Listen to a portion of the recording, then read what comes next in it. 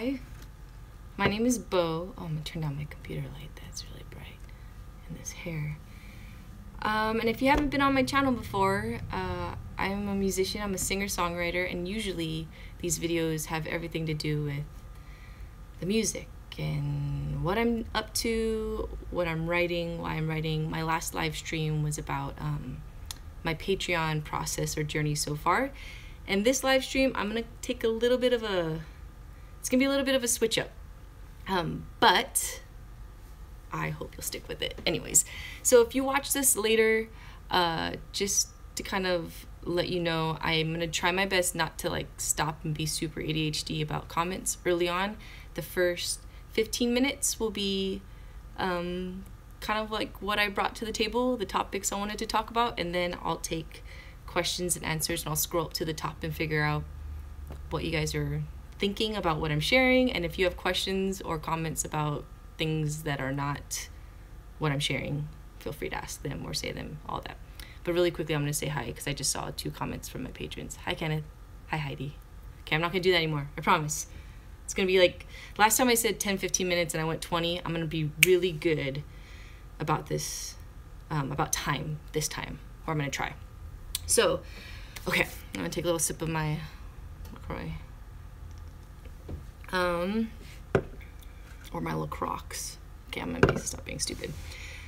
So yeah, like I mentioned last time, my live stream was about my Patreon process so far, like why I decided to do it, the perks of it, just what has worked out for me and what I'm still trying to figure out and navigate. And this one I was thinking more around what it's like to be a musician in this day and age, specifically with being on YouTube.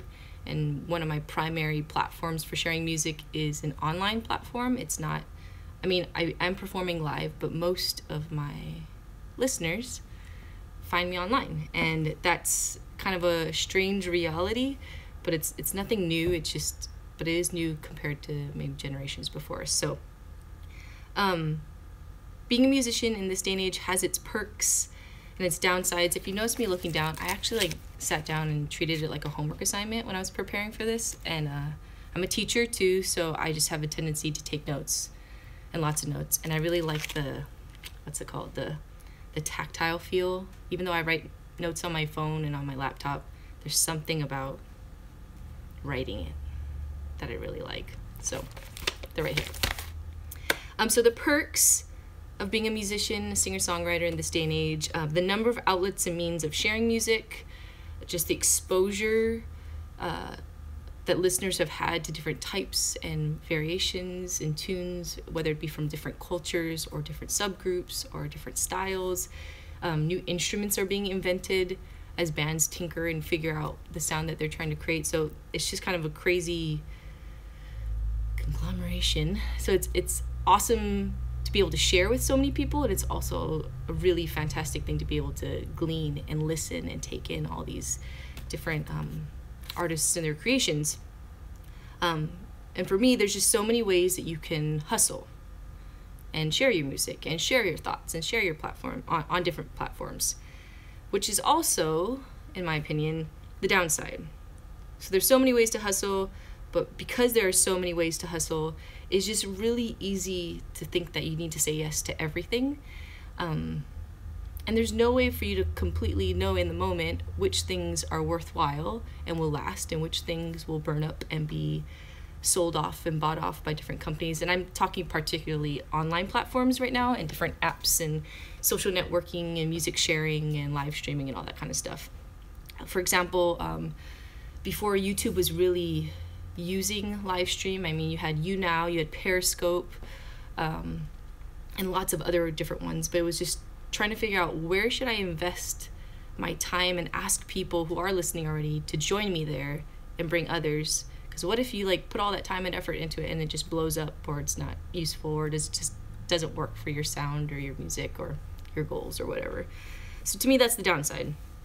Saying yes to everything all the time, online or in person, can suck up all your time and attention and deter you from your bigger goals or your craft altogether.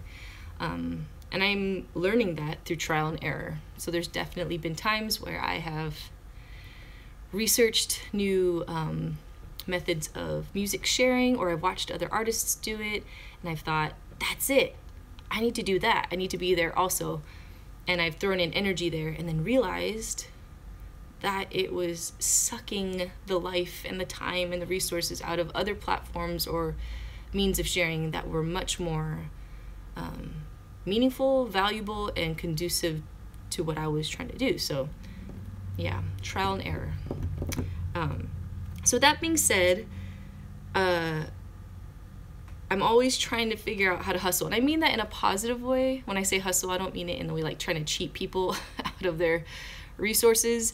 I'm talking about like the grind, like figuring out how to be a musician in this day and age. So everything like how to improve my songwriting, my guitar playing. I start piano lessons in January. I already said songwriting. Did I say songwriting? Yeah.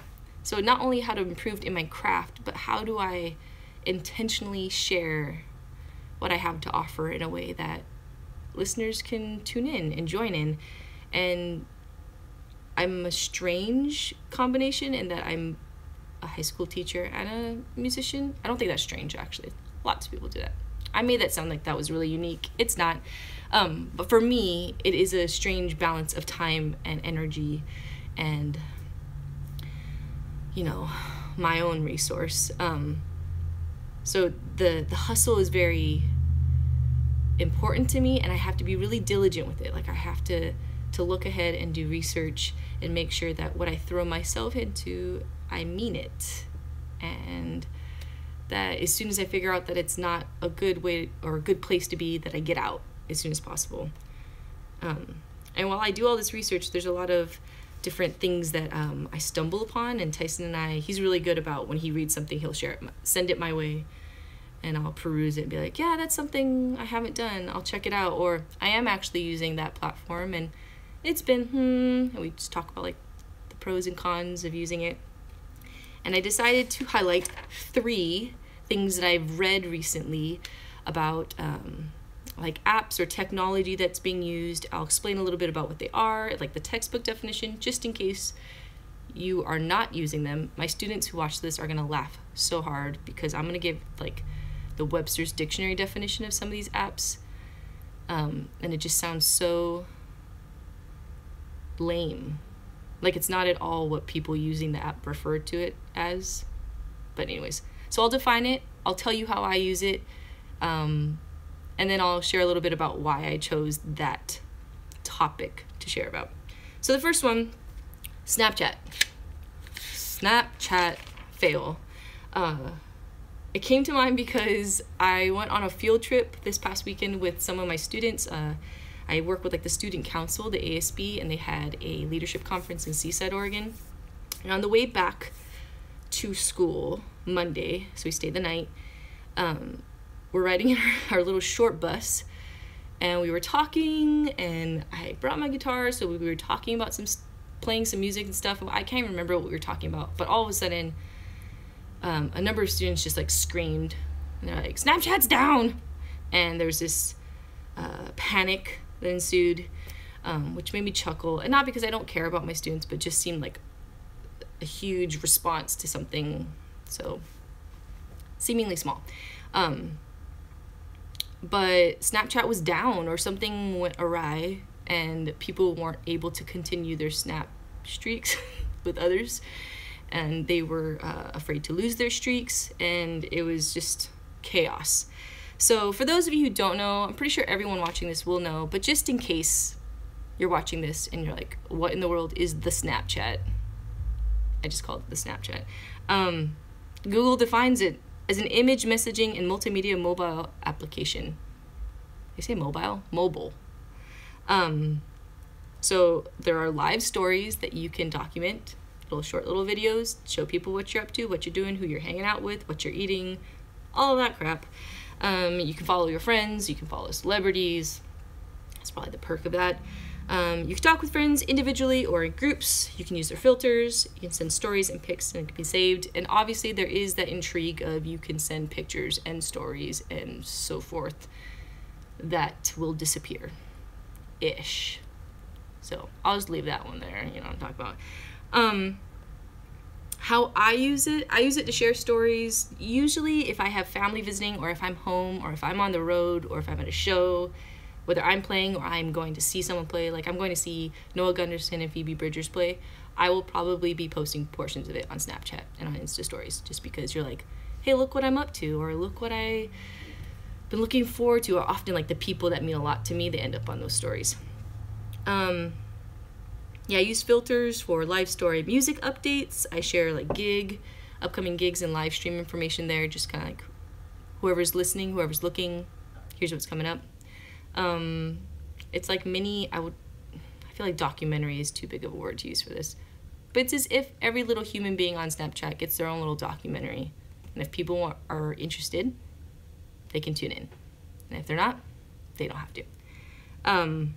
But I want to read you, I actually pulled up all these articles for you. The response to Snapchat, it's a little fail, made me chuckle. So this title of this article, Snapchat is not sending snaps and people are kind of freaking out. That title itself just kills me. I'm actually going to put all these articles in the information box below so you can check them out in their entirety. But I'll just give you the first part. It says Snapchat, the photo messaging app, has kicked its users into a frenzy as it stopped sending snaps and messages across the app. They were troubled when their snaps weren't sending to their Snapchat friends, repeatedly showing that the messages or pictures failed to send. Insert, like, dun dun dun. Many looked to Twitter to figure out if the problem was just them or if the Snapchat breaking down was something of an epidemic. These vocabulary words they're using are ridiculous. While some people were relieved to see the problems with sending snaps across the app was widespread, others were worried that their contacts had blocked them. In general, the Snapchat users took to Twitter to tell everyone how they took that Snapchat was down.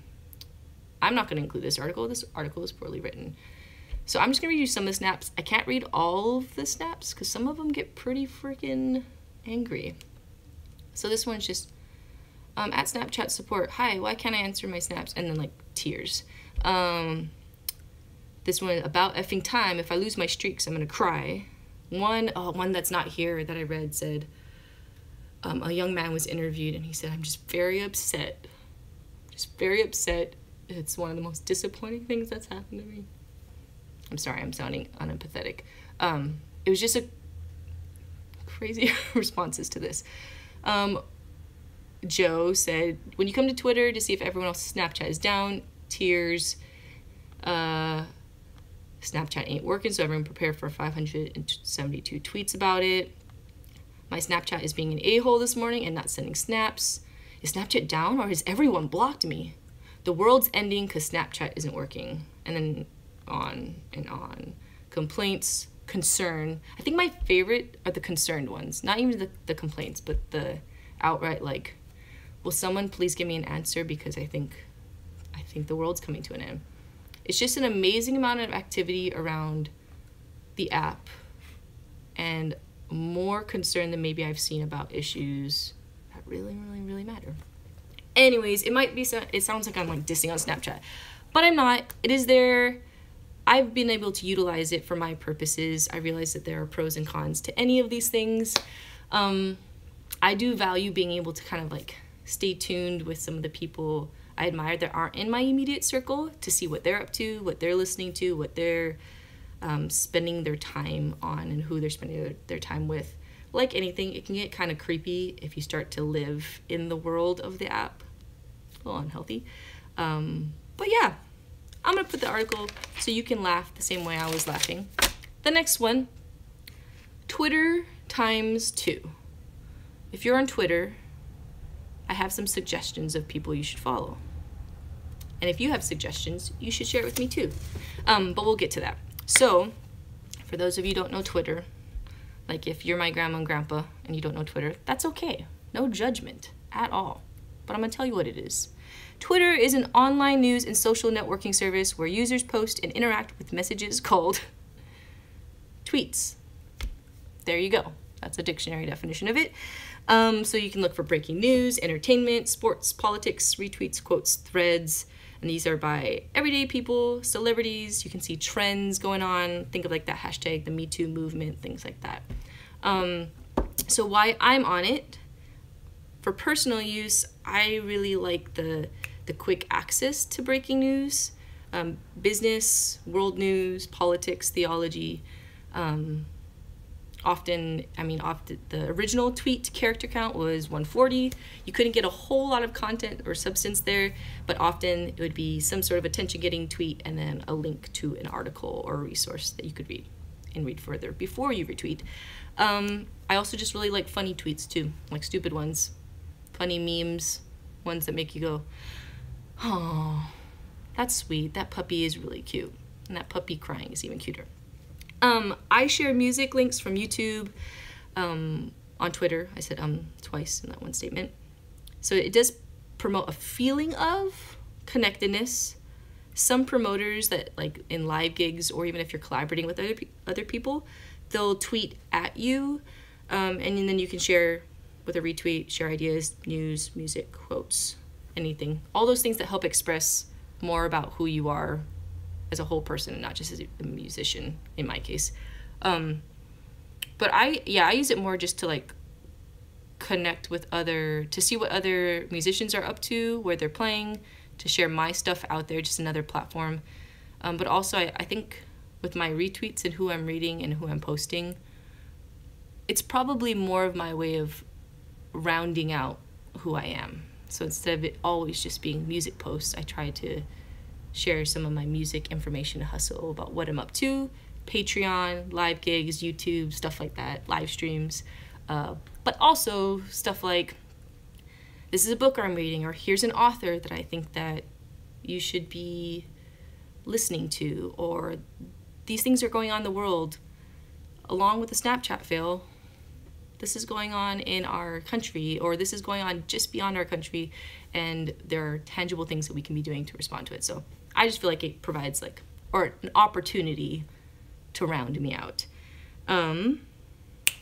So the whole reason I'm talking about Twitter is they doubled their counts from 140 characters to 280. And I'm more curious, and I'll read the questions about this, I'm more curious as to what you guys think about that, because honestly, it doesn't really impact me a whole lot. So I'm not like a huge tweeter of like original content apart from tweeting out my music stuff. So it's more like information updates, lyrics of songs and stuff like that. So there's some of it, but some of the people I follow, they are like master tweeters. Somehow they are able to get amazing, meaningful content in their 140, and then if they want more, they just create a thread, and they're good, and they're substantial.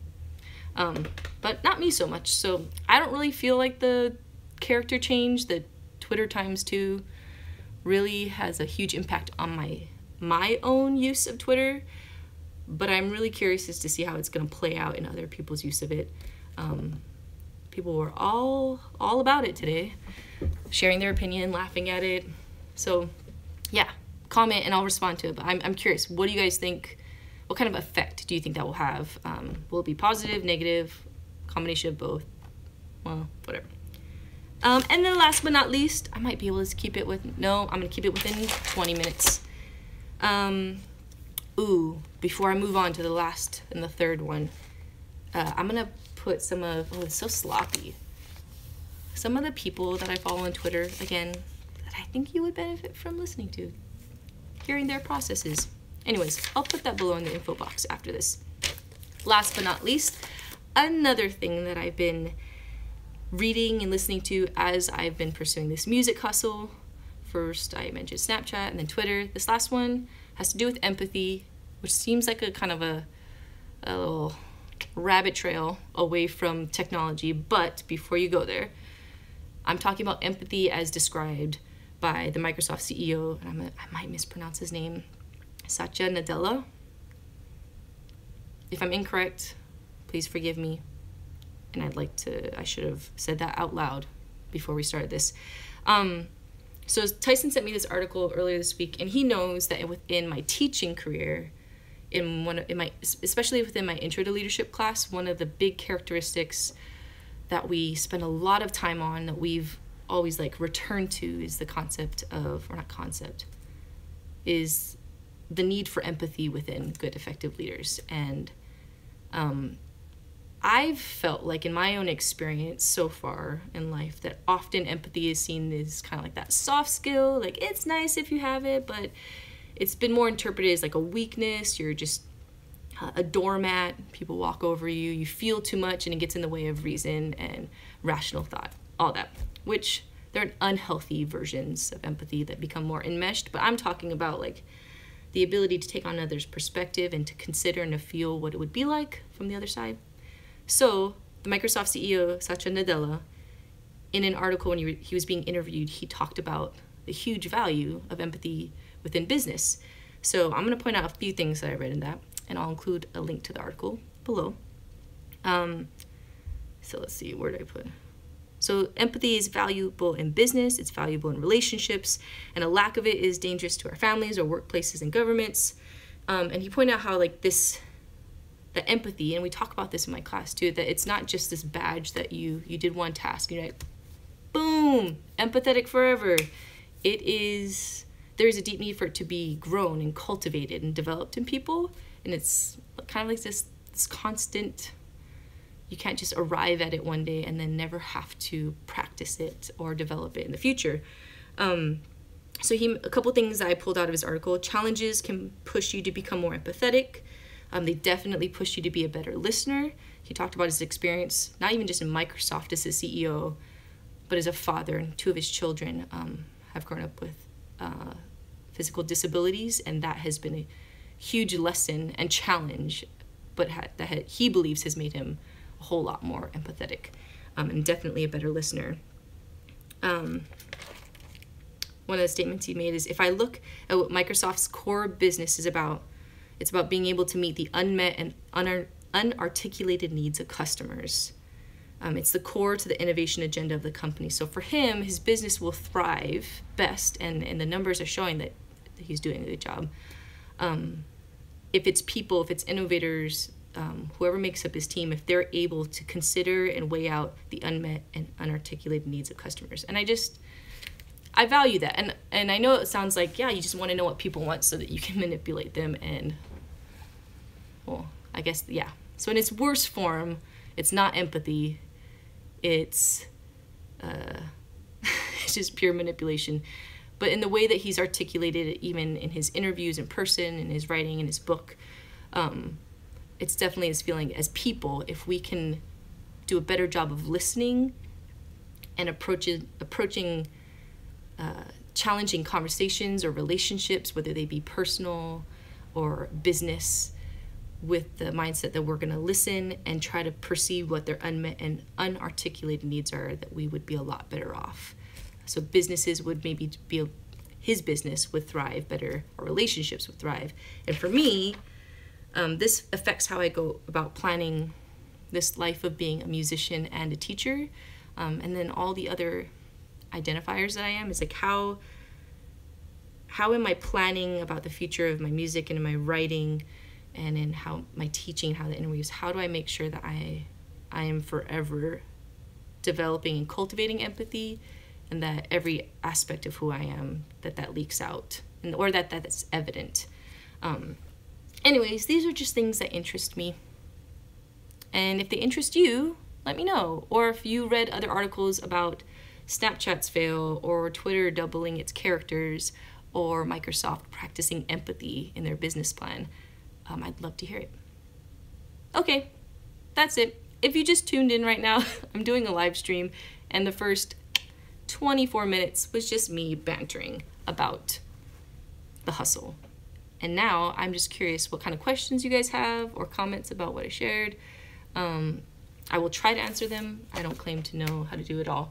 Hi, Kenneth. I'm going to start from the top of the comments. Hi, Heidi.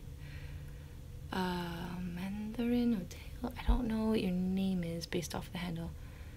God bless you, people. Just found your worship. I'm glad you like them. I'm still holding out for Christmas to play a couple more with my family. So come this December, we'll have a few more that I've been wanting to share with them, not just on my own.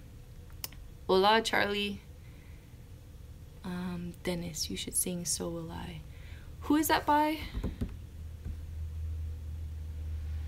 Does that come out Bethel or house fires. I'm not sure.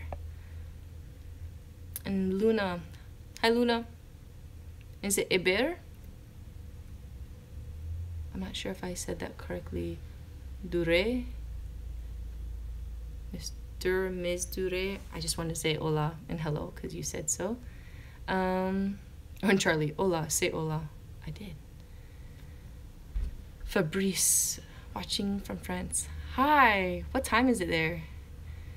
Hola Isa, saludos de Ecuador. Hi Zeus. Hi Suri. Hi Manuel. Okay, Chris, I pretty much only consumer Twitter. I don't generally engage. It's great for news, emergency related things. I agree. I feel like that's what it is most of the time for me.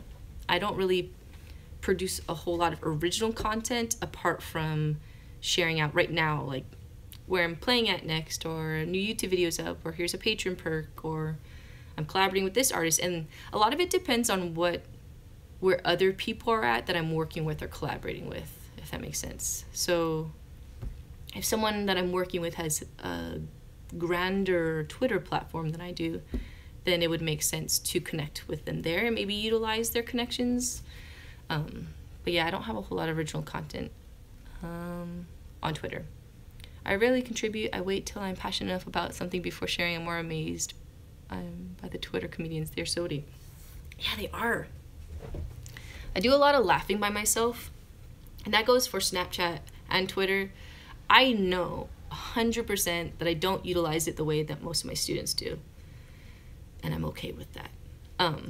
I want to know how it operates. I'm curious about it. I want to take advantage of every resource possible, but some of the resources or ways some of these platforms are used, I know of them, and I just choose for a number of reasons not to use it that way. But they'll always post the funniest things on Twitter, and on Snapchat, to be honest, I've spent a lot of time just like using the filters and never posting them. That makes me sound like a mom or a grandma, and that's not a bad thing. I just realized it sounded like a bad thing. But to spend like 15 minutes making funny little videos and then never to share with anyone does sound like kind of a goofy thing to do. Chris Han, 120 character limit, I think, forces you to be creative. It's like songwriting and limiting to be creative with less, with the constraints of iambic pentameter. I agree. I saw that a lot in the article I was reading about it. I'll post this article too. Most people have complained about it, which is interesting because they were getting a lot of complaints even before they launched it on Tuesday. And I'm still curious as to why they launched it, even though their trials with specific users seemed to still favor the 140 character length. And they said that they chose it because a text message can usually only hold 160 characters, so they chose 140 characters for the tweet and 20 characters for the username. Yeah, but it seems like a lot more people like the idea of the forced creativity, like what can you pull off in that tweet? But I've also heard the other side that's like anything that can be tweeted 140 characters or less, is it really that powerful and meaningful? Should I like hold on to that kind of stuff? And I'd say I've seen a lot of, I was gonna bleep myself out. I've seen a lot of crappy accounts, and then once in a while you stumble upon one, and it could be in a number of categories. It could be in politics, business, music, more funny comedic, theology, social action, and once in a while you just stumble upon someone who you're like, how your craftiness with like your words, you're able to achieve so much with so little room. It's amazing. I'm actually really impressed, and those are usually the people that you find that I'm retweeting, because I'm like, boom, point made. Ooh, I just totally knocked my camera. Kenneth, did you see my what should we talk about comment? If not, I can paste it here. Yeah, you and, was it Jonathan? Oh, no, it was Taylor. So on Patreon, just to explain what I'm reading in the comments, a handful of my patrons are on here right now, which thanks guys for joining me. And I posted on Patreon last night, I'll say earlier today, last night, for ideas about what to do here. So I was already kind of, when I posted that, I was already planning on this one, but I'm going to be doing another one next week, similar to this, where I have like a more planned first 15 to 20 minutes and then some Q&A. But Kenneth's were a lot about what is my specific vision for music? Like, what do I see this turning into? And if it comes about, what then? So, right, Kenneth? That was a summarized version of it. But I think I might dedicate a whole one to that. And also, it'll allow me more time to wrestle with it. I wrestled with that all day. I get asked that question a lot in different forms, and I think at first it makes me kind of nervous because there's some things I really, really know and other things that feel very unclear, and I would prefer to just know. So it always just reminds me that there's some mystery still existing there that maybe is really good but drives me crazy sometimes. So Kenneth, I will do a whole not just patron chat, a whole YouTube live stream on that, and I will prepare, and then also prepare to not know and just fumble. Let's see, I'm scrolling up the comments. If you just joined us, the first 24 minutes of this was me describing different platforms that I use and how I use them, like different apps or just topics that interest me in this musician hustle. And now I'm doing Q&A, so I'm just scrolling up to figure out what people are asking. So Chris said, I think the value of Snapchat is immediacy, and the unfortunate side effects is that there's FOMO associated with that kind of experience, and young people have a hard time understanding how to deal with those feelings. Okay, I'm gonna feel really stupid for this, but what is that? What is FOMO? Oh, I should know this. Now I want to look it up before you tell me.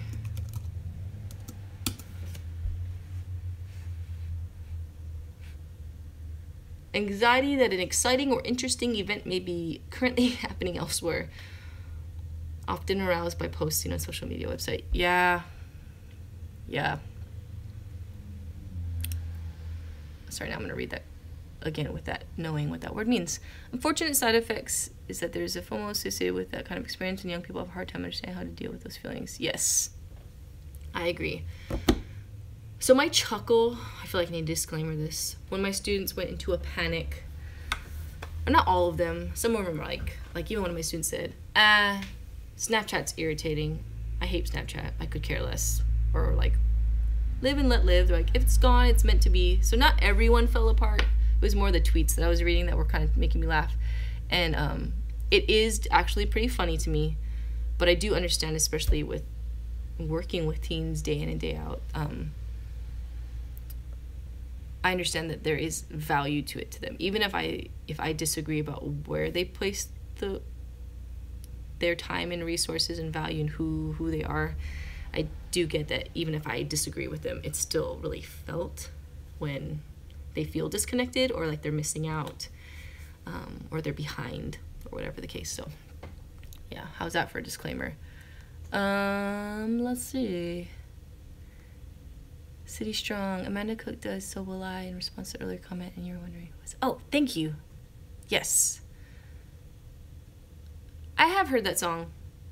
I think I've also heard it covered, so I'm having a hard time nailing down who the original musician was, but yes, now I feel like I can recall it. Jackie, I think the cool and scary thing about Snapchat, Twitter, etc. is that you can kind of make up how you share your content to fit you. There are some basics like understanding how to make Twitter thread, adding GIFs that correlate with the post, etc. But all else is open to interpretation. It would be interesting to see the evolution of people whose tweets you like, because I'm sure they have felt or feel the same as you. Yeah, it's like I definitely think it's a craft.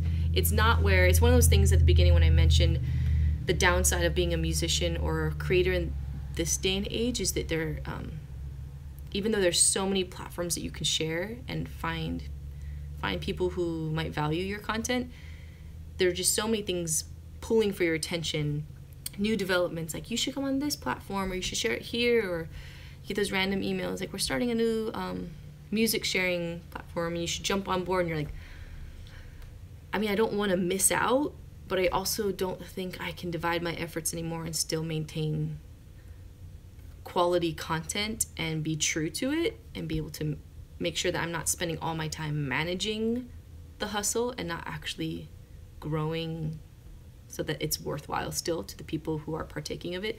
But yeah, there's such a craft to doing Twitter well. And even one of the people I connected with on Instagram, he had mentioned that Twitter was more of like, that was his priority, where Instagram was like a second up, and then YouTube was kind of like a once in a while, maybe, that his platform that he focused most of his time and energy on, and where most of his connections were made for he's an author, it was Twitter. And yeah. Oh, fear of missing out. Good duh. Sorry, I just got that, Jackie. I'm gonna go up because I miss Jonathan. Jonathan, empathy is a wonderful part of being human, the power to empathize for and with other people you know. I wonder though, is it truly possible to empathize with people you don't know or can't relate to? Good question. What do you guys think? Well, I just did a weird nose thing, like a bewitched. I mean, there's different types of empathy. I don't know off the top of my head the clinical terms would be, but there's one that's like more perspective taking, just the ability to consider another's perspective.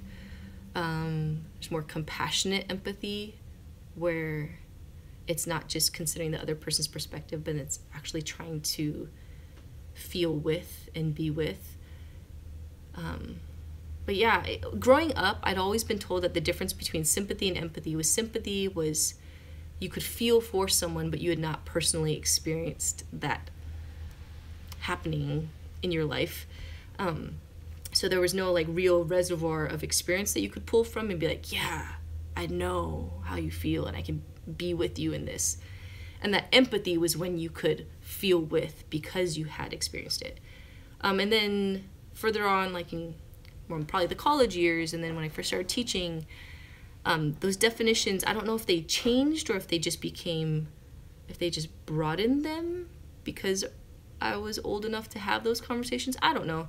But then I felt like it more became, like Brene Brown, for example, I feel like her little snippet, little video that she put out, it definitely paints sympathy as being the lesser of the two, and that it's almost in its worst form just silver lining, where you refuse to actually consider the other side, or it makes you uncomfortable, or you just feel ill-equipped to feel with someone. So just out of defense, you try to silver line someone else's pain or conflict or grief. And that empathy is not necessarily having experienced that other person's grief and been able to personally relate, but is a conscious and practiced choice to remain with and make space for people, like to be with them in their pain, not necessarily become overly grieved and emotional that you're no use, but to stick around and remain with them and to try to consider it. But I don't know, maybe I'm dancing around the wrong definition in my brain, and if you have another one, let me know. What do you guys think? Can you feel empathy for someone you really don't know? Or can you feel empathy for someone if you've never experienced what they're going through?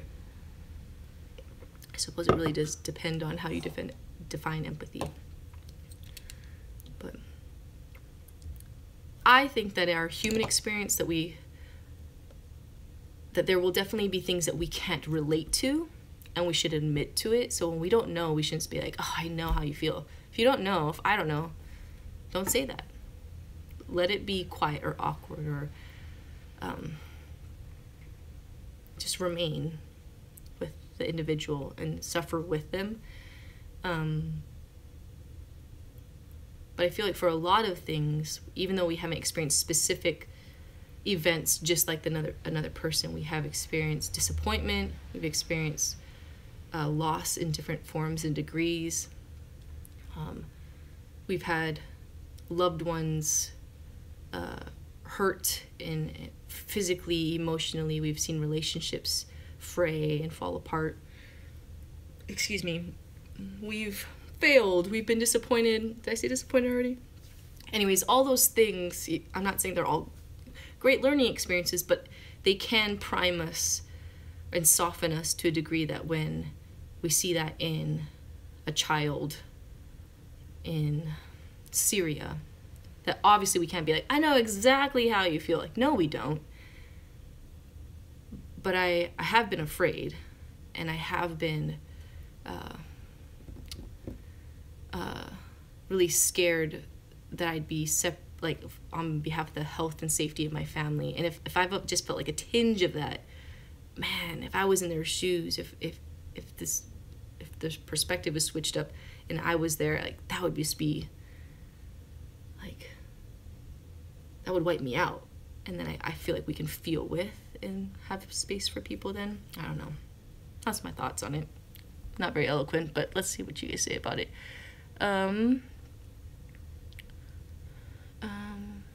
I'll let you guys comment on that while I answer some of these other questions.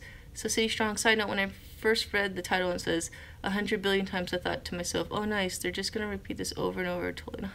That's great. You know, like a spontaneous worship 100 billion times. You're like, guys, just admit to it. You needed a longer video. Chris, I read an article about Instagram used with teens, and it was super interesting. Teens understand how curation can be used to refine your image. Yeah, I know.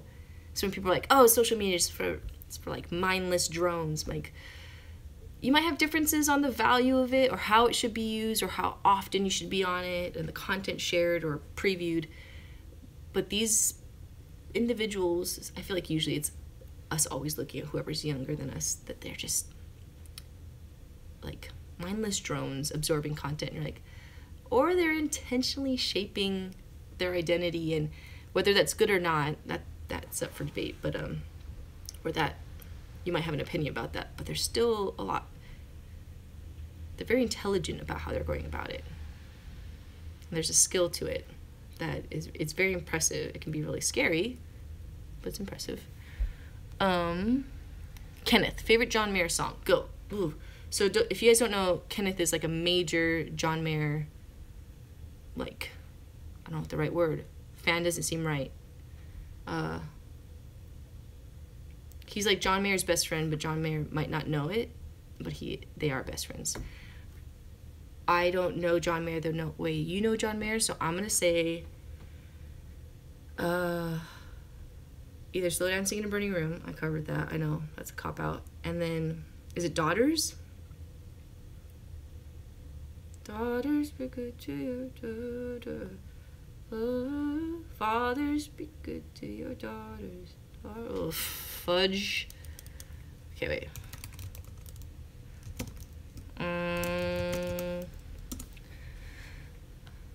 Fathers, be good to your daughters. Daughters will love like you do.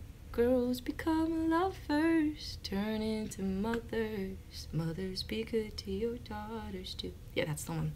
That's the one. Let's see. Let's scroll up.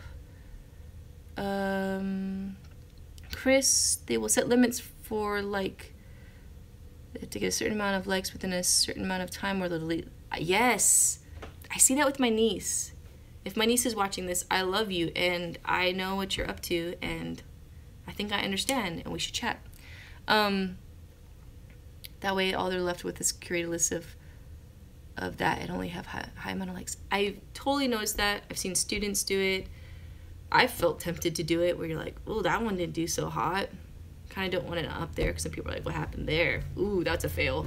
And I purposely told myself, similar to some of the YouTube videos that have not done so well with video counts or views, or they're just so old that the quality audio and video are just really poor, where I'm like, oh, what was up with my hair? Ooh. It's been a really intentional practice for me to say, leave it. And I'm not saying I'm better for that. I think that just actually, if I'm honest, that's with age, the ability to be like, I know that this does not support the image that I would prefer, but leave it, Isabeau. And there's times where you're like, I didn't like that picture, that video, and you ought to have freedom. It is your page. Like my niece, I'm like, it's your page. Erase it if you want. Don't feel controlled by it. But I also don't want them to feel controlled by, like you said, this this feeling that it would be like a demerit on their character or who they were or their value if they had a low liked video or picture. So I've felt the need to do that. I've watched other people do it too, more aggressively, like some of my students or my younger family members. I've erased some pictures, but I also like kept out this inner dialogue that says, I know you don't like that, but you don't like it not because you don't think you liked it originally, it's because you just don't think other people liked it. And in that case, I'm like, leave it be. Leave it be. I don't know what this was. Leave it be. That was weird. Let's see. Scrolling up to comments. Totally selfishly waiting here till you read my last thought and laugh. If you don't, and then read this, feel free to laugh this time. Just go for it. It did make me laugh because I was imagining you being like, won't she just get to my comments so I can go to bed? So if you need to go to bed or eat dinner or wherever you're at, maybe you're eating breakfast, you're free. And you made me laugh. And yes. I don't know your name because your name is City Strong, but whoever you are, have a great night, morning, afternoon, wherever you're at. Taylor, perhaps read your question after I take a sip because I felt like my throat was getting coated.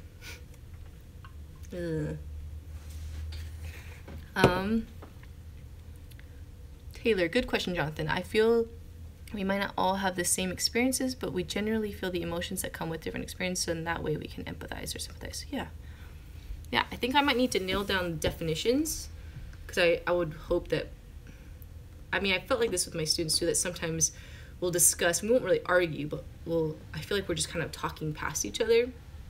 And often, if we were to go back to how we were defining some of these words or the context from which we were sharing from, if those could be plainly put out, I feel like more often than not, we would find a lot more agreement or consensus of like, oh yeah, that part, that resonates, that feels right. And then, no, I still disagree with that. Chris, on empathy, you should look up Dunbar's number on Wikipedia. Okay, Dunbar's number is a suggested cognitive limit to the number of people with whom one can maintain stable social relationships. Relationships to which an individual knows who each person is and how each person relates to every other person. Yes, I didn't know that there was a term for that. But Tyson and I have talked about that, especially since we have very different energy personalities. That was weird.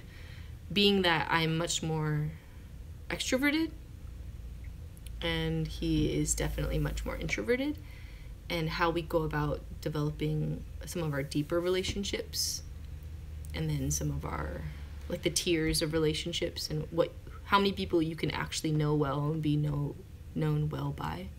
Did I say that in the right order? Yeah. But Dunbar's number, I'm actually gonna write that down because I'll forget if I don't. Dunbar's number. Oh, I'm gonna burp. Oh, carbonated sparkling water.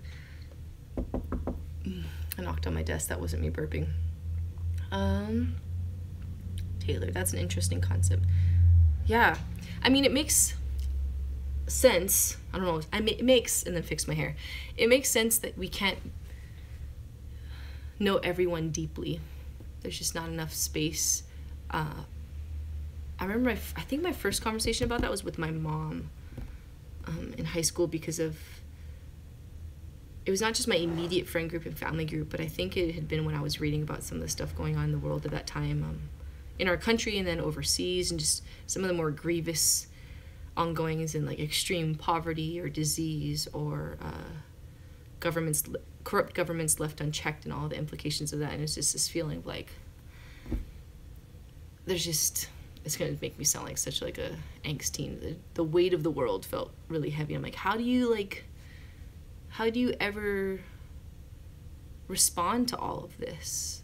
And then realizing there's a capacity, and I do, with my faith background, I do believe that there is something supernatural that can expand the borders of my heart so that I can be filled up in a way where I could respond in love and compassion and with action to a lot more than I could typically do, just out of my pure human strength and will.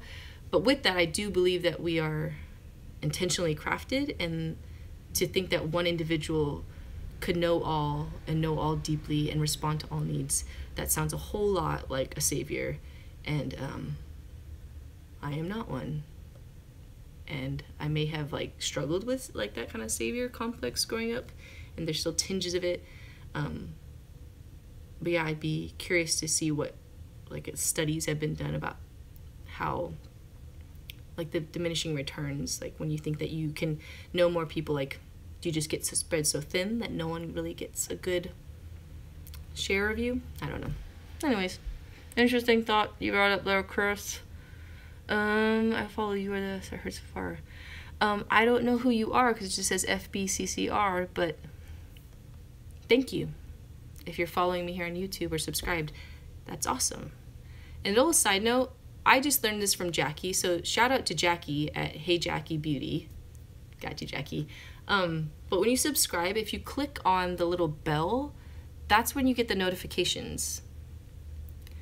Sometimes, see, in the hustle, you get focused on too many different pieces, and then as other platforms are updating and morphing and changing, you miss stuff. Like simple stuff, like if they don't click on the bell, they don't get notifications when you upload new videos or you do live streams. So if you are subscribed and you haven't clicked on the bell, then go for it. Click on the bell if you want, and if you don't, then that's okay. Kenneth, yes, it's daughters. Please cover it, I'll cry. Viciously. Oh, that's intense. I'm gonna write it down. I wonder if that's, I wonder if I can collaborate on that one with a friend. I get really insecure when I cover John Mayer types whose guitar skills are superb, because I already know within my, at least where I'm at now, I know I have to have a growth mindset, but where I'm at now, I would not be able to achieve that. So I have to make it, it'll be a bow version, if that's okay. Can you sing 2 lines for me? From what? Or just any 2 lines? I'm not really sure what you want me to sing, but maybe I'll sing it. I get really awkward really quickly, so there's a chance that I'll say yes and then panic and not. Like In the Blood from John Mayer's new album. I'm gonna write all these things down, by the way, just it helps me build a playlist. That's also part of my research, not just figuring out like technology and apps and stuff like that, but also just listening to artists. I love listening to music live. I like seeing how they go about their delivery, even just down to things like, do they talk in between their songs? And is it awkward when they talk in between their songs? And can they tune their guitar while they're talking between their songs? And then, or just listening to other people's singles or EPs or albums and listening to the way they build their melodies or how they weave together their lyrics. And it's good research. Most of the time I leave inspired and ready to do it myself. And sometimes you're just kind of like, that was amazing. I'm gonna take a knee for the day and not gonna try because I don't think I could match it. Back to the comments. Armando, hi Isa, one song please. Maybe I'll close with a song. Yeah, so I think that's what I'm gonna do. I brought my guitar out because I'm in the living room right now, and I'll close with a song. I have no idea what I'm gonna play though, so I'm kind of stalling while I think of what song to play. Jonathan, I agree with what you said about empathy. Perspective is huge. We obviously won't know what someone is living in Syria, as you said, is experiencing, but we can relate to the emotions, fear, pain, and loss. And then FBCCR, you said, please. You're from Bangladesh. Hi, over. What time? When is it right now in Bangladesh? How many hours is it ahead? Maybe you can share that before I rack my brain, and I actually have no idea. Robert, how do I find you so late in your streams? I wonder if the time posted, I said 7 and then it was like 7:15. Ugh, I know. I sat down at 7 and I got nervous. I started rethinking doing it. Let's see. But usually, Robert, I'll post that like that evening I'm gonna do it, and I'll be better. I said I was gonna start at 7, but I'll be better at like actually starting at 7. I just got real nervous. Also, a heads up, if you're just joining us now, this is a live stream. I started the first 24 minutes talking about some of the recent topics that interest me most and how I incorporate them into my hustle as a musician/teacher. And now I'm just answering questions. Some of them are directly related to what we talked about. Like you'll notice Chris and Jonathan brought up some good points on empathy and then our ability to be known. And then Chris brought up a lot of great points too on younger generations curating their identity on social platforms like Instagram. And I understand it. I get that. Yeah. Anyways, if you've just joined us, that's what we're doing right now. And I'm scrolling through comments or questions to figure out what you guys are thinking. I was gone for a bit. I missed if you said if you would sing. So will I. So I'm not going to sing it right now because I don't know it well enough. Like, at all. Not that I don't, yeah. I don't know it well enough to do it right now. I don't want to hurt you guys. But I will start learning it. Let's see. The internet is obviously fairly new. And with that, the communities that come with it, there are communities that are created through YouTube covers and the people who enjoy the music. Can these web or net relationships really be as strong as a relationship? Does empathy or whatever go across the internet? Ooh, good question for you guys. So think about that one. Here, I'll say it out loud because I just realized I was mumbling. And then I'll answer the one from Jonathan, or not Jonathan, Kenneth. There are communities that are created through YouTube covers and people who enjoy this music. Can these web or internet relationships really be as strong as real relationships? Does empathy or whatever go across the internet? So what do you guys think? Can you feel genuine, real connectiveness and or even as much as empathy for people across the web? Or as Addie, one of my students, said, what did she say? My first year teaching at the middle school, when I shifted over from the high school, she stopped me in the hallway and said, Walker, do you know the internet? And I was like, yeah, Addie, I know the internet. Yep. It was like this mysterious foreign person that I had never encountered. I'm like, yeah, I know the internet, the web. So from Kenneth, from me, you are totally granted to make your own version of my best friend's song. Daughters is pretty easy chords wise, so I believe in you. I'm struggling to read comments. I suck. Collaboration or not, the hope of that happening is so exciting. Good. So you give me your approval to try to cover your best friend's song. Rock on. I appreciate that. And I really do hope it's as easy as you said. I mean, I'll try to learn. I just know that the level of his playing, that I can't learn now. Maybe ever. Just kidding. Especially not now. Maybe you could play it. It's 10:15 a.m. November 9th. FBCCR, you said it's 10:15 a.m. where you're at. Is that November 9th? It must be. Fabrice, what do you think about the excesses on Snapchat and Twitter? Insults, harassment, and humiliation. More reasons to hate Snapchat for me. By the way, it's 5 a.m. here in France. Ooh, good morning. That's another good question. Oh my gosh, you guys ask some good questions. Maybe we should just let you run this live stream. The article that I was reading specifically about Twitter ×2, or Twitter doubling its characters, it actually, I'll read it, said, by the way, this little side note, the new character length won't apply. It won't apply to Japanese, Korean, or Chinese language tweets. Those languages can convey twice as much information in less space, so tweets will remain 140 characters, Twitter said. Okay, back to what I was mentioning about Fabrice's comment. During the 280 character test, some users argued Twitter should focus less on the length of the tweets and more on the content. The platform continues to be rife with harassment and abuse despite the company's efforts to better police it. So I guess that was more about Twitter than Snapchat. But it's interesting because in their studies, in the testing that they were doing, it sounded like most Twitter users were saying, if you're going to update anything or address any concern, our concern is more about, like, is there a way to update your rules to be more explicit in the definitions and policies about harassment, threats, and adult content? I think that'd be worthwhile. I mean, I know some people are amused by it, and that's why they're on Twitter, because they like to see the little back and forth, the retweets and subtweets and all that kind of stuff. I think you're entertained until it's targeted at you or to people that you're connected to. Being a teacher, I'm not going to name names, obviously, but I am surprised how many students who know that I'm on social media, especially for music, there's this sense of like, if it's online, even though it's public and it's out there and they're wanting it to be retweeted and commented on, they're wanting to be known on that platform, that they still don't want it to be attached to them in the school realm. It's like they live very distinctive lives, like their online world is different than their present. And again, I get why they might think that, but it's just not the truth of it. But some people are just incredibly cruel, and then even worse is when you're cruel and unintelligent about it.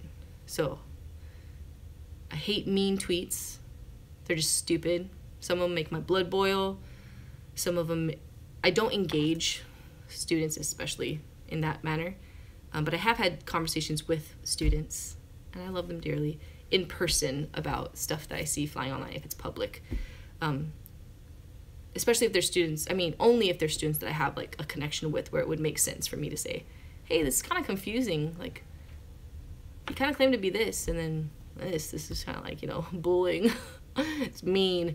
And then what's even worse is when it's mean and it's just so inaccurate. Like what they're claiming or commenting on, the resources they're using are just, I mean, straight up not factual. And you're like, not only are you being mean and bringing down this other person, but the ammunition you're using is like not real. It's really, yeah, it's just bad research. So yeah, I don't know if I didn't answer that. I don't like it, and I'm smiling because it is a little trigger for me when people misuse it, and especially in the age group that I work with, not as a musician but as a teacher. There is a ton of hazing and harassment that goes online, and yeah, that's a whole other, I could rant about that, so I won't. So I think for me, my best way is it doesn't answer it on a macro level, but is to know my students as best as possible in the like face-to-face setting, and in the way I model my use of it, and what I condone and what I don't. That doesn't change everything, but I try to be really clear and explicit about why I do what I do, and not just like, don't do that, that's mean and bad. Is to be like, that seems really hypocritical or two-faced, or are you okay? You seem frustrated or off, or, and they could be the one bullying or harassing or the one encountering it. So it doesn't solve it all, but I have noticed that if you try to just apply rules without actually trying to understand why they're using it or how they're using it or what they're encountering, that's really easy for them to be like, you just don't understand, just don't get it, it's a generational thing. You're like, oh, bummer. Yeah, I have a feeling like if any of my students watch this, they're gonna be, oh, Walker, you just sound like my mom. I bet your mom loves you a lot, just like I like you. My generation, or like in a music level, I haven't seen as much harassment in that sort. It's a little different. It's a little more nuanced. It's more like digs, less of just like the petty stuff and more of just, or I think once, or at least in the music realm, when people have been using it, they don't follow you. If they don't like you, if they don't like your content, they don't agree with you, they don't follow you. And there's wisdom to that, but also it's interesting on Twitter, and I found myself guilty of this, or on Instagram. Like I don't have to follow anyone. I don't have to follow anyone. That's not a, it's kind of funny when you feel like, oh, I have to follow them. If not, like, what does that mean? It's like, no, you don't. You don't have to follow anyone, especially if the content they are sharing or talking about is just so hurtful or unhealthy or whatever. But on Twitter, when a lot of it's like breaking news and commentary and stuff like that, if you're on there, I wonder what the value of it would be to include some of the other voices on the other sides of the opinions and arguments, so that you can hear it. Not that you agree with it, but that you yourself don't become stuck in a vacuum and think that everyone thinks the same as me. because they don't. So, because that's hard. It's hard to hear the other side when you feel so strongly or so different about it, like they're from a different generation or a different political party or from a different belief system or whatever the case. It's like, when do you say enough is enough and I'm not going to hear it because it's abusive? And when do you say, I should probably listen to some of this just so I can try to hear you and understand you and not come to my own conclusions about how off you are, horrible you are. Oh man, I told you I'm going to start ranting. Now I'm so off track. Sorry guys, back to your comments. Jonathan, your last question makes me think of the movie Interstellar, where they talk about love transcending both space and time. Ooh, I was just talking about Interstellar with my students. Anyways, that was aside. Fabrice, I like Twitter because as a young journalist, it's very useful. Yeah, it is really useful. And that's why I feel like it's like good and evil. I try to utilize a lot of these platforms to my benefit and to use them until they don't work towards my purposes anymore. And then my hope is that I'm able to discern when it's like, this is just a time suck. It's not purposeful. It's not valuable. Get off of it. And then I want to know when to say, like, no, stick with this, persist with this. This is valuable. This is meaningful. This will, yeah, I don't know. I'm trying to grow in discernment about those things. Yeah, Chris, do you know the internets? They're like this new family in the neighborhood. Anyways, I still have that student now. She's in high school. She's a junior. She asked me that when she was in 7th grade. And to this day, we still joke about, like, do you know the internets? Do they know that you know the internets? Kenneth, I think real relationships and genuine feelings can be created online without being face-to-face. I mean, think of faith. We have faith. Oh, I need to read the comment. We aren't face-to-face physically with God, but we develop a relationship. My point is, physical presences doesn't correlate to genuine love. I agree. I think that emotional attachment, commitment can be developed online, for better or for worse. So I guess in that case, there are a lot of people, and I feel like I could speak for Tyson too. A lot of the people that he would consider his mentors have no idea that they are mentoring him or that they're mentoring me. But we listen to their podcasts, or we read their books, or we watch some of their interviews or programs online or on YouTube. And we've just found them to be really intelligent, wise, informative, empathetic or empathic, whichever one.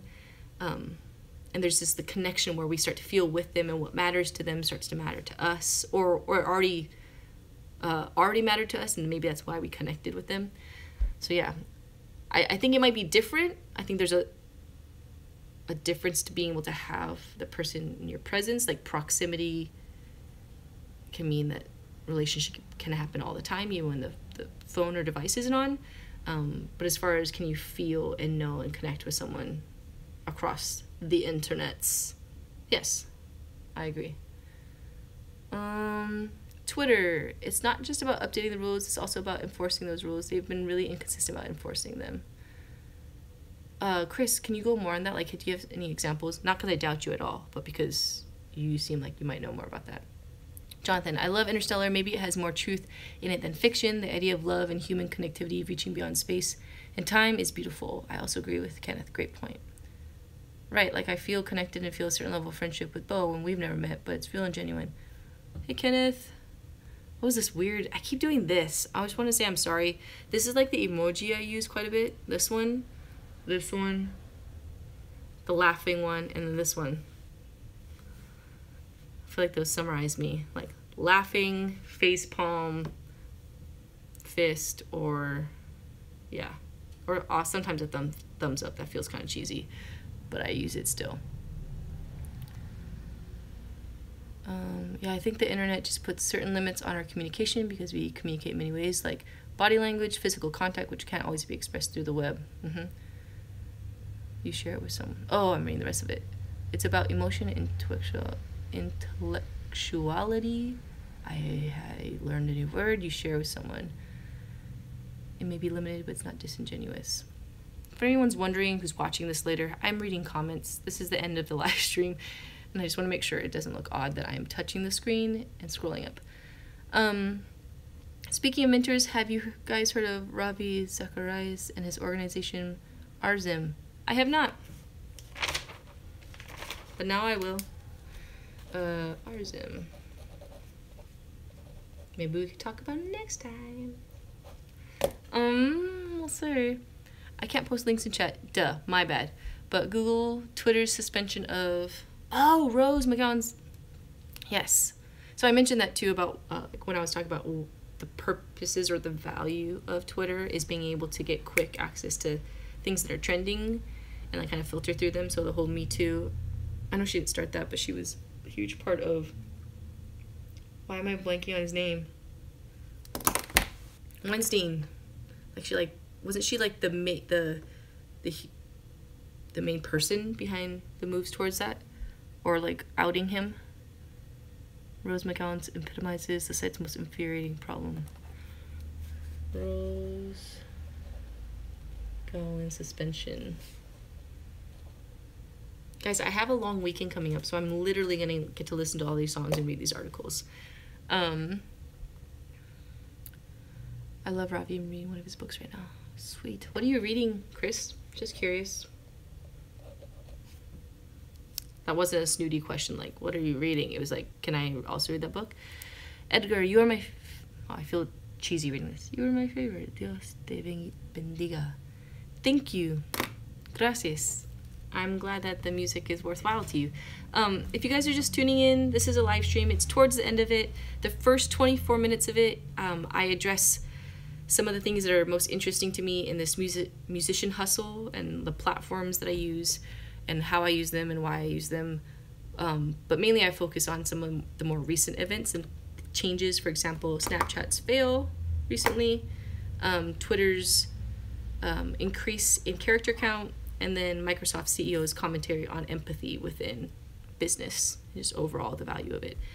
So if you're curious about that, check out the first 24 minutes, and then this last half is not real.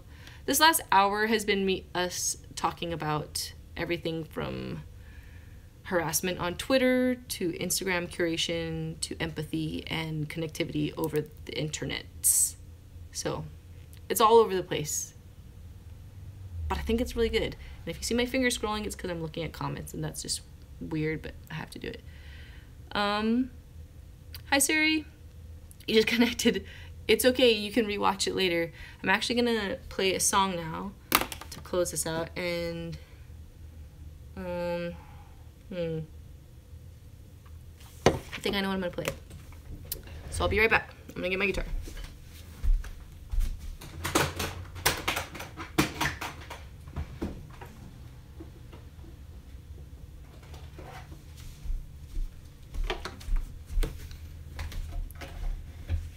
Okay.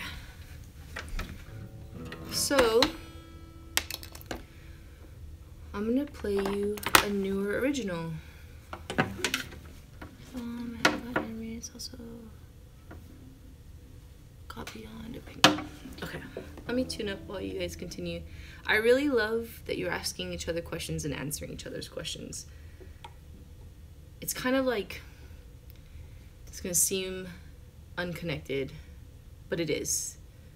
When I get to go home, when we get to go home for like Christmas or this summer, one of my favorite things is when all the families gathered around and they're talking and they're eating and all that. I like to like find a small space, all of it, not like in another room, and I like to take a nap with all the noise. It helps if I've eaten something and then just crash. But this feeling of, it just feels really peaceful that everyone's gathered and they're enjoying each other's company and they're listening to each other and entertaining each other, and yeah, there's just something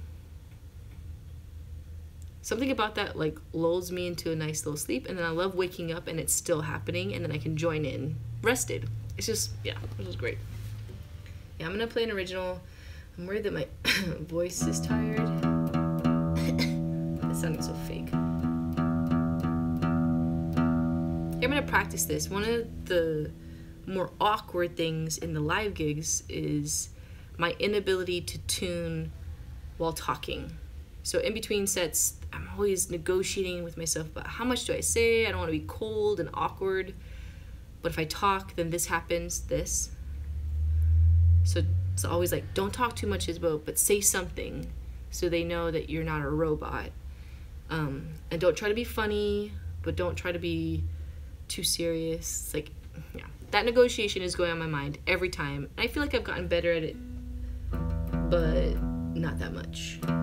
Anyways, I'm gonna practice talking while tuning. So give me something to talk about and I'll show you. I'll show you how bad I am at it. But imagine me also being nervous because it's in front of a live audience. So any ideas for topics?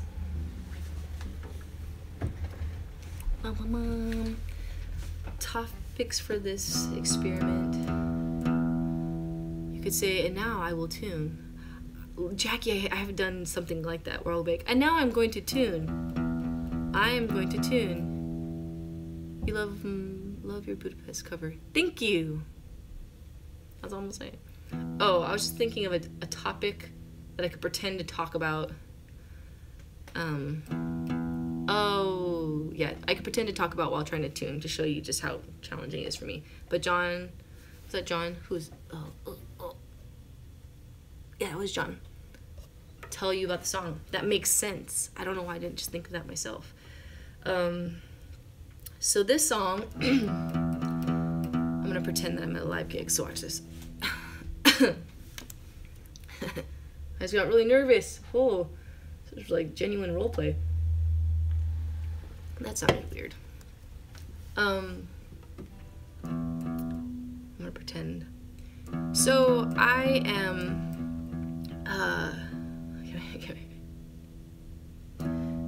this next song is a newer song, and I wrote it in response to having to plan homecoming. What I have found this year and last year in this new position I'm in at the high school is that I don't like homecoming. But this is so challenging for me. My mind is in like so many different places. And it's not just that I don't like dancing or I don't like balloons or anything like that. But one is just, it's a really crazy busy time and everyone has all these different expectations of what it should be or what it shouldn't be.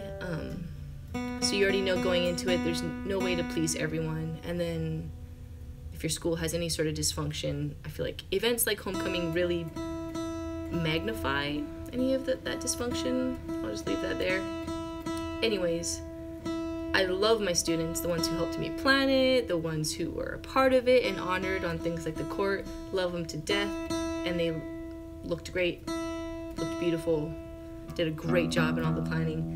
I just think I decided it was a whole lot of time and effort to give to something that isn't ultimate, and I'd love to spend a lot more of that time and energy investing in my students in ways that maybe I feel like are better. I like how I just stopped tuning altogether and started moving my hand. I just gave up. I surrender. I think I just need to restring my guitar.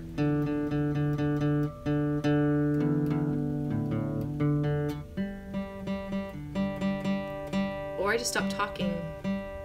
See? This is a problem. Okay, that's good enough. So this song is called Helium. And I don't hate homecoming. Just the old unhealthy traditions around it I could do without. That's it. I might have to figure out what key I play this in. One second.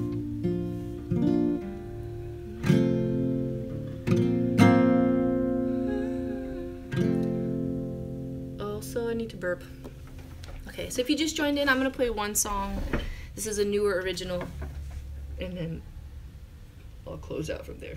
I'm burping right now because I drank a LaCroix. Oh, that's super classy, Bo. Okay. It gets kind of loud during the chorus, and it's kind of quiet during the verse, so don't like turn up the volume. It's gonna kill your face.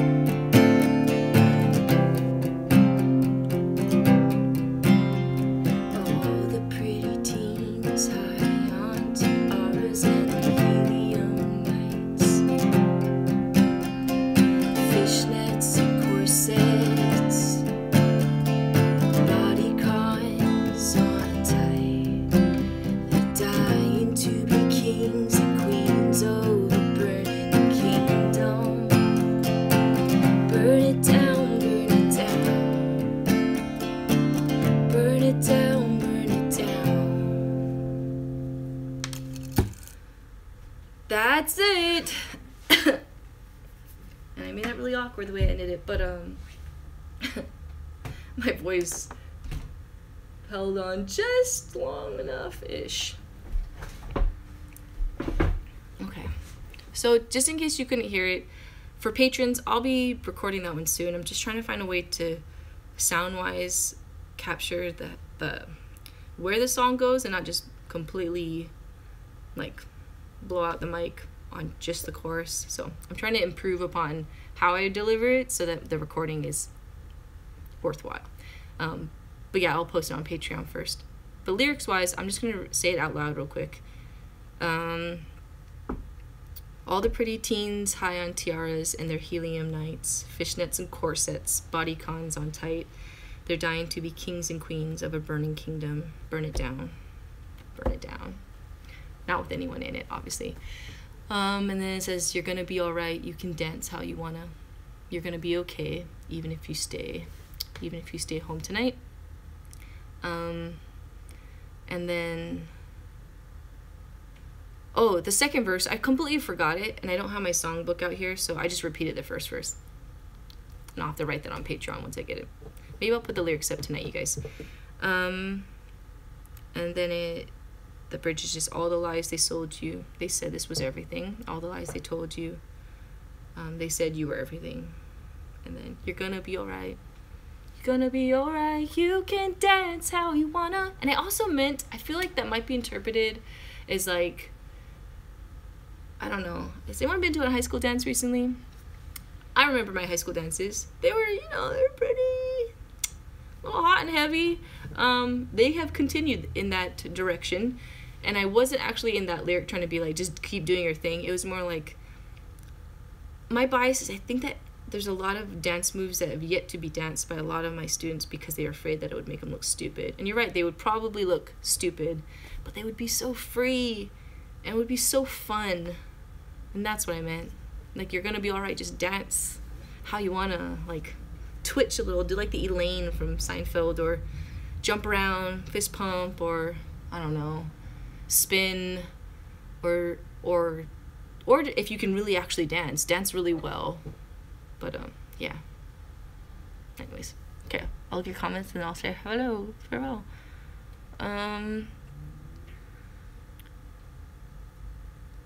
Oh my gosh, I just missed that. Oh, Siri, I'll have to play that next time when I just do like a music live stream. Edgar, I have so much room to grow. That doesn't sound right. I am still growing in mine, and if I'm still growing and persisting, then you can too, so keep playing. I don't know where you're at with your level, but when I play, I am always like, oh, if I could only play like this person, or if I could just learn like 10 more instruments, that'd be great.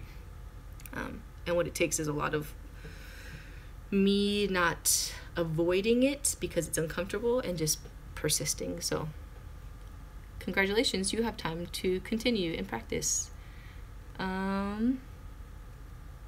Yeah, it's called Helium. Like, that looked like something else. I'm glad you like it, Kenneth. I'm gonna put the lyrics on Patreon tonight, mainly to make sure I do it. Isabel Unplugged, yeah, for reals. And I need to change my strings. It's just like one of those things I hate to do. I'm sure some people are like, that's like the biggest gift as a guitarist, to like take care of your instrument. Oh, I just don't like it. That's the honest truth. Thanks, Jackie, for answering that. I'm dumb. I'm not gonna read George Jonathan, not because it's bad, but because I get embarrassed when I read complimentary comments. But thank you. I actually, that's one of my goals, Kenneth. Like when Tyson and I have our little music meetings, like people have asked why music is not on iTunes and Spotify and things like that.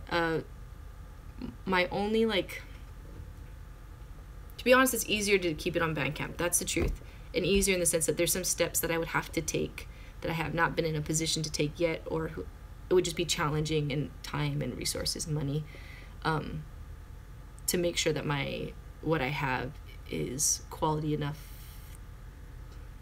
or yeah, to put up on iTunes and Spotify. So know that that is not just on my radar, but it's like written down goals that I'm challenging myself to do all like the step 1, 2, 3, 4, 5, 6, 7, 8, 9, 10 in order to be in a position to do that. So basically when I see other people launching their stuff on there, I'm like, mad respect. I'm gonna get there because I know it takes a lot of work. Yeah, no, Chris, I totally wrote that one after homecoming. Actually during homecoming when I was sleep deprived. I love my students, by the way, and they just look so great, and it's fun to see it all come together. It's just so much time and energy going towards something where I would just wanted it to be more.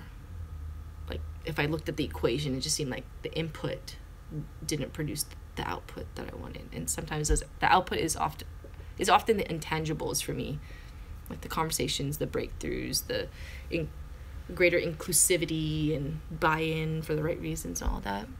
Anyways, thanks, Suri, for being understanding. I'm gonna have to play Monarch for you soon. I don't know why your explanation of the Burning Kingdom Down lyric made my heart burst out laughing in a good way. I know that lyric is actually kind of I think it's, yeah, I'm just gonna leave it there. It's probably like my mantra. I'm like, with all of our activities, I'm like, we are going to examine them all, and if the tradition is good and worthwhile and upholds something good, then we will uphold that tradition. And if that tradition is just there because no one has challenged it and it doesn't serve the school well or is actually like detrimental, then we will burn it down. Not really burn it, but you know, like demolish it. Hi, Paul. I got an old church choir song suggestion. Yes, you do. One day, John, I know, one day, a roadie. What? I called, that was literally the first thing I thought when I heard. Yes. Yes. I think that's what I visualize, is seeing students just like break out dancing. Like going from like dancing in a way that they enjoy for certain reasons, but also feel like it's affirmed and it's the norm. And then just something like breaking through, and then more they're like, screw it, I want to do this, and then just start doing it, and I'm like, yes. And before you know it, they're smiling and they're laughing, and then some people are doing it and they actually look really good, and you're like, jealous. How come your like freedom dance looks so like good and fantastic? But could you go in a little more depth sometime about the barriers to iTunes at some point? If I'm not... Oh, that's not nosy. Yeah, I won't do it now just because I've been talking for 93 minutes. So maybe that'll give me time. I'll write that down I just need to clarify my talk so that I don't ramble. Because you know, I is very prone to that. I just like storing through stuff, but it's not really helpful when you're trying to be concise in a live stream. So... Hi, Navar. I'm about to get off of this thing. So sorry for those who've just joined. Paul waits for a song request. I'll write it down too, Paul. Old church. I'm really writing a promise. I'm not just fake writing.